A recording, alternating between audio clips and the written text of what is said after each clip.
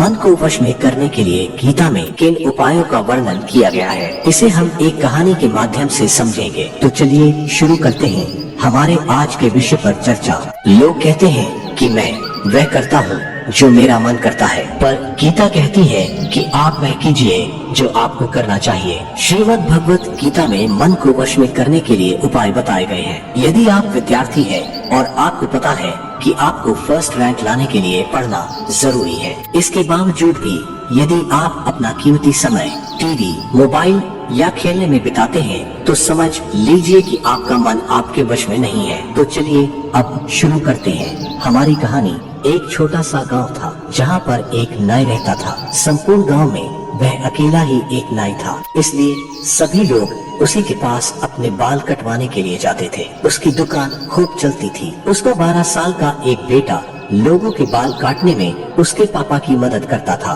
और जो छोटा पुत्र था उसने बस 1 महीने पहले से ही दुकान पर आना शुरू किया था कि उसके पापा का निधन हो गया। नाई का जो बड़ा लड़का था उसे बाल काटने का अनुभव था, किंतु पिता की मृत्यु के बाद वह गलत संगत में पड़ गया और दुकान से होने वाली कमाई से वह नशा करने लगा। पहले तो वह सिर्फ रात को नशा करता था, लेकिन धीरे धीरे उसने दिन में भी नशा करना शुरू कर दिया। वह अपने छोटे भाई से भी झगड़ा करने लगा। एक दिन उसने अपने छोटे भाई को दुकान से निकाल दिया। तब छोटे भाई ने अपनी एक अलग दुकान खोल ली। क्योंकि बड़े भाई को अनुभव था, इसलिए सभी लोग उसी से बाल कटवाना पसंद करते थे। उसकी दुकान खूब चलती थी, किंतु छोटा भाई जिसमें अनुभव की कमी थी, वह बाल ठीक से नहीं काट पाता था, जिसके कारण उसके पास जाना कोई पसंद नहीं करता था। बड़े भाई की नशे की आदत के कारण वह अपना सारा पैसा नशे में खर्च करने लगा व जो लोग बाल कटवाने आते थे उनसे भी गलत व्यवहार करने लगा। परिणाम स्वरूप अब वही लोग छोटे भाई के यहाँ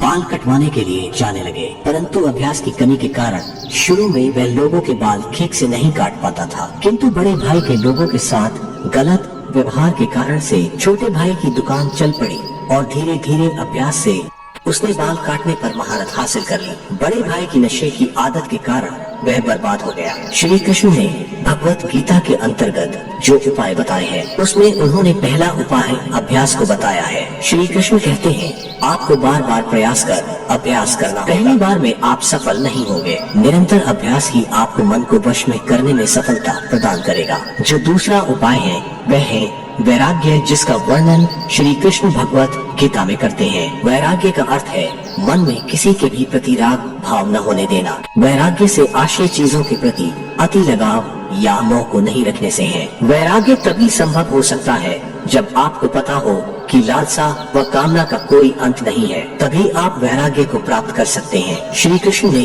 भगवत गीता के अंतर्गत एक और उपाय के बारे में बात की है, जो है मेडिटेशन अर्थात ध्यान लगाना। दोस्तों, हमारा माइंड अर्थात मन एक बेलगाम घोड़े की तरह होता है। यह मन चंचल, बलवान और जिद्दी है तथा इस मन को वश में करना वायु को वश में करने के समान है। गीता के अगले श्लोक अर्थात 6वें अध्याय के 35वें श्लोक के अंतर्गत श्री कृष्ण मन को वश में करने के लिए अभ्यास करने की सलाह देते हैं। वह कहते हैं, आप सीधा बैठे और आपकी रीढ़ की हड्डी को सीधा रखें और अपने नाक के आगे वाले पॉइंट पर खुली और मध्यम आंखों से अपनी नजर को केंद्रित करें और अपने हृदय में श्री कृष्ण भगवान को स्मरण करें और उनका जाप करें। ऐसा लगातार करने से आपका मन जल्द ही वश में होने लग जाएगा। आशा करता हूँ श्रीमद् भागवत गीता के अनुसार मन को वश में करने के उपाय के बारे में आपको हमारी यह जानकारी पसंद आई होगी। और अगर आपको यह वीडियो पसंद आया हो तो अपने दोस्तों के साथ जितना हो सके उतना शेयर कीजिए